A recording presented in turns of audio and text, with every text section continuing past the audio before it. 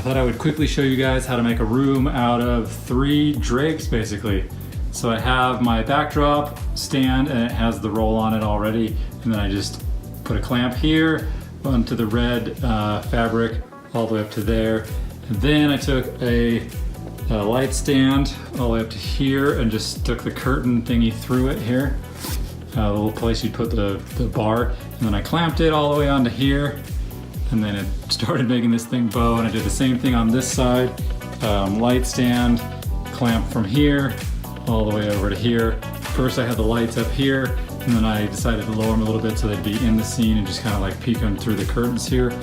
And then I had the fog machine coming through right back here, just kind of coming through and lighting the scene, and we were shooting low enough that you don't get any of the ceiling and all the other stuff up there.